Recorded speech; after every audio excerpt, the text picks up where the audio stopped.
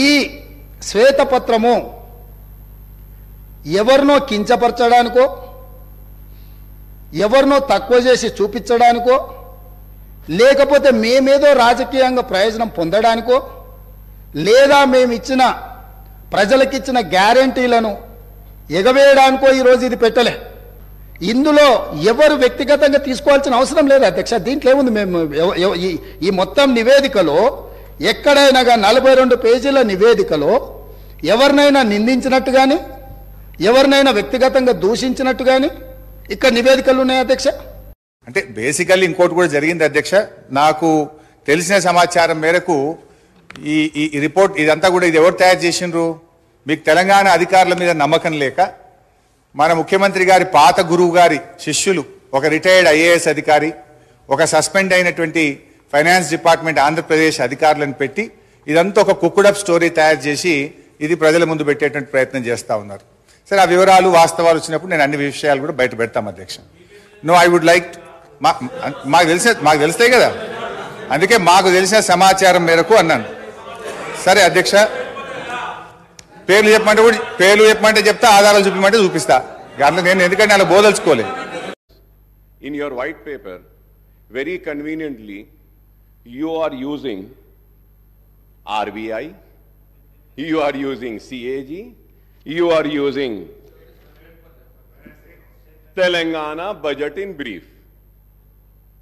So I want to know, and in fact I would say that we all would like to know, shall we follow RBI, shall we follow CAG, or shall we follow Telangana budget in brief?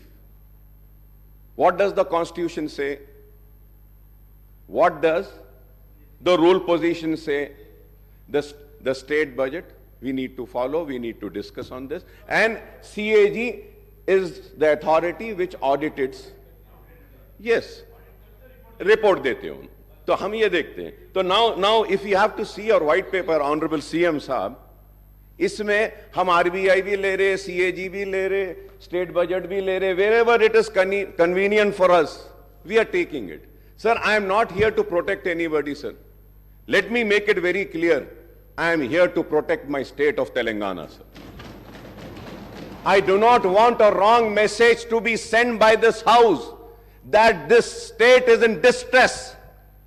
ये state बीमारू हो गया, ये state तबाह हो गया, ये state में अब कुछ नहीं है, ये मैसेज हमको नहीं भेजना है sir. Let us criticize the wrongdoing, sir. Any wrongdoings, any inquiry, we are here to support. Central jail గులగొట్టిండ్రు, పురాతనమైనది నిజాం నవాబ్ కాలం నాటిది, అక్కడ హాస్పిటల్ కట్టిండ్రు అధ్యక్ష.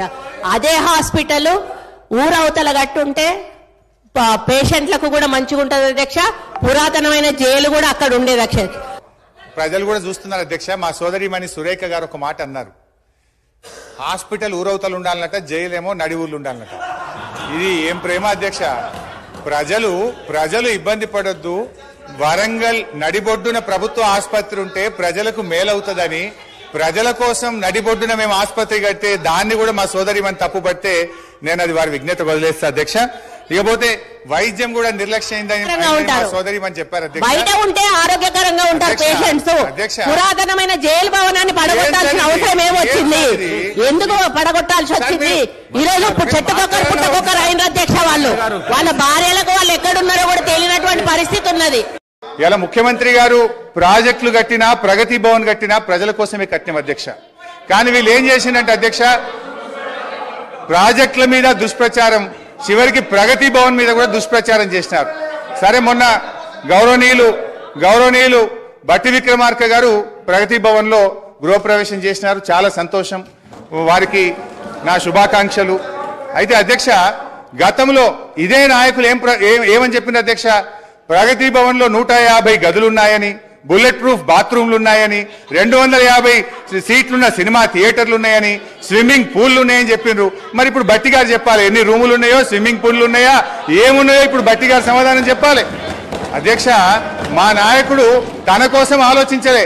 మొన్న ఆసుపత్రి నుంచి డిశ్చార్జ్ అయితే కనీసం ఆయన ఒక ఉండడానికి ఇల్లు కూడా కట్టుకోలే అధ్యక్ష. ఎమ్మెల్యేగా ఉన్నప్పుడు 500 గజాల స్థలంలో కట్టుకున్న ఇంటికి, అదే పడావుబడ్డ ఇంటికి సున్నం వేసుకొని తిరిగి ఆ ఇంటికే పోయి ఉన్నటువంటి ఇవాళ నిజాయితీ మా ప్రభుత్వాన్ని, మా కేసీఆర్ అధ్యక్ష. కారణము స్టేట్ ఏదో డెఫిసిట్గా పోతుందని, స్టేట్ రేపొద్దున రాబోయే కాలంలో ఏం చేయలేని పరిస్థితిలో ఉందని, ఈరోజు స్టేట్ ఫినాన్సెస్ బాగాలేవని అని ఫోకస్ మొత్తం గ్లోబల్ లెవెల్లో చేయడానికి కాదు. ప్రోగ్రెస్ రిపోర్ట్ అధ్యక్ష, simple progress report of 10 years of their rule. Simple progress report. అప్పులు ఏంది సార్, అప్పులు చెయ్యంది ఏ రాష్ట్రం ముందుకు పోలేదు. నిరుద్యోగ భృతి ఎప్పుడు ఇస్తారని అడుగుతా ఉన్నాడు మిత్రుడు. మేము నిరుద్యోగ భృతి 6 గ్యారంటీల్లో కానీ మేము దీంట్లో కానీ మేము చెప్పలేము. మేము ఉద్యోగాలు ఇస్తామని చెప్పాం. ఒక్క నిమిషం దీన్ని కొంచెం ఒక్క నిమిషం సార్, ఇది మీరు మళ్ళీ